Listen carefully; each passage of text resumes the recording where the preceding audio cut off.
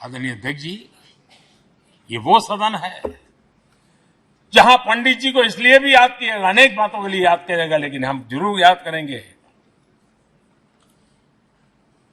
इसी सदन में पंडित नेहरू का at the stroke of midnight की गूंज हम सबको प्रेरित करती रहेगी। और इसी सदन में अटल जी ने कहा था, वो शब्द आज भी गूंज रहे हैं इस सदन में, सरकारें आएगी जाएगी, पार्टियां बनेगी बिगड़ेगी, लेकिन ये देश रहना चाहिए।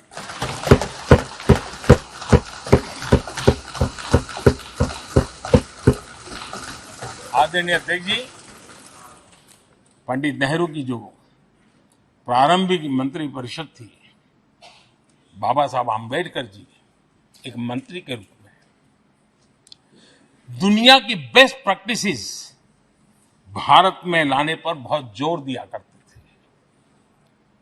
फैक्ट्री कानून में अंतर्राष्ट्रीय सुझावों को शामिल करने पर बाबा साहब सर्वाधिक आग्रही रहे थे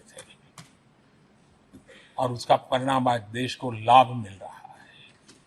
बाबा साहब आम्बेडकर ने देश को नेहरू जी की सरकार में वाटर पॉलिसी दी थी और उस वाटर पॉलिसी बनाने में बाबा साहब आम्बेडकर की बहुत बड़ी भूमिका रही थी।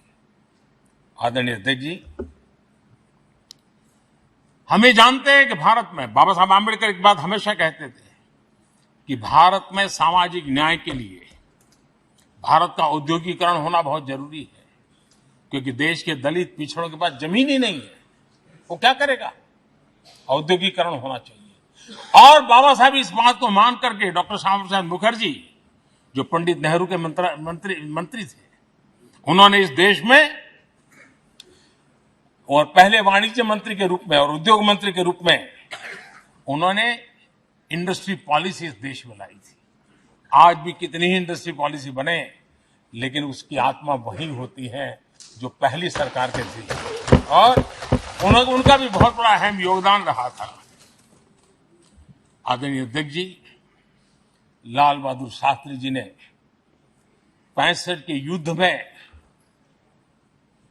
हमारे देश के जवानों में का हौसला बुलंद करना, उनके सामर्थ्य के लिए को पूरी तरह राष्ट्र में झोंक देने की प्रेरणा इसी सदन में से दी थी लाल बहादुर शास्त्री का। और यहीं पर उन्होंने ग्रीन रिवॉल्यूशन के लिए एक मजबूत नींव लाल बहादुर शास्त्री जी ने रखी थी।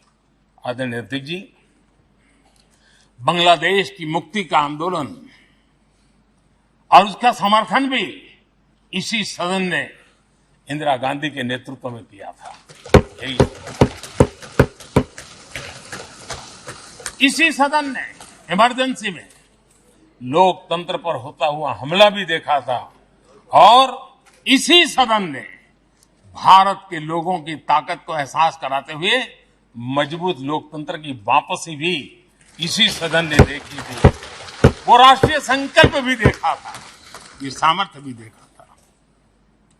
आदरणीय अध्यक्ष जी, ये सदन इस बात का हमेशा ऋणी रहेगा, क्योंकि इसी सदन में हमारे पूर्व प्रधानमंत्री चरण सिंह जी ने ग्रामीण मंत्रालय का गठन किया था, रूरल डेवलपमेंट मिनिस्ट्री।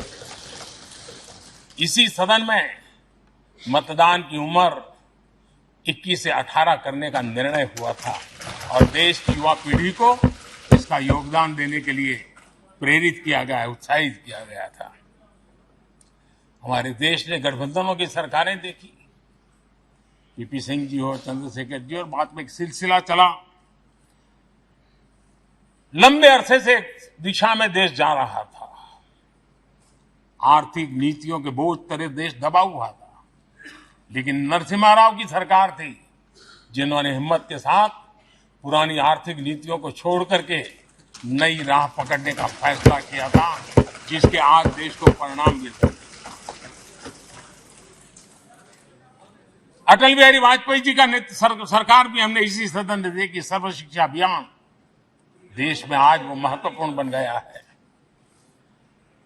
आदिवासी कार्यालय मंत्रालय अटल जी ने बनाया, नॉर्थ ईस्ट का मंत्रालय अटल जी ने बनाया, न्यूक्लियर टेस्ट भारत के सामर्थ्य का परिचायक बन गया।